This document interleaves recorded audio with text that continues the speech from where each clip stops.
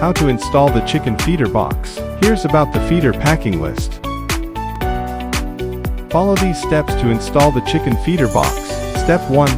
Attach side and front panels, 2 screws. Step 2. Install the other side panel, 2 screws. Step 3. Install base plate, 3 screws. Step 4. Install the back plate, 7 screws.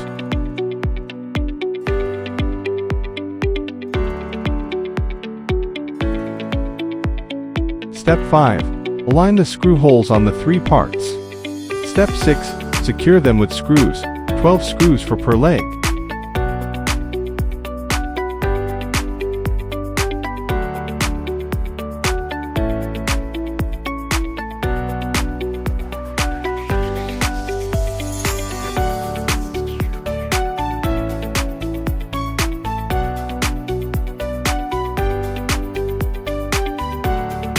Step 7. Remove the plastic nut, 10 sets. Step 8. Install the rubber gasket, 8 sets. Step 9. Install the feeding port, 10 sets.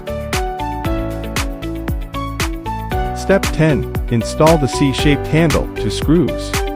Step 11. Snap on the cover and remove the protective film.